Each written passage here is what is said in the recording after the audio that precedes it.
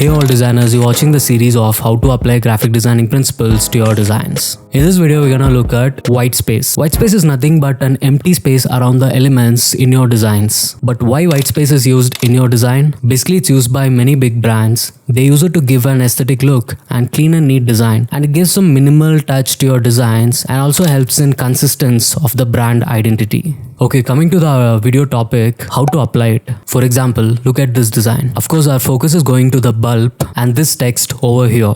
But mainly, which is making us to focus to this is white space around it. But if you want to take white space to the next level, you can start designing around the white space, like this design. The design has used white space as main element and using imagination designed around it to give this design effect. It doesn't mean that you have to sketch or illustrate to get a white space effect. You can do it with images also, like this example.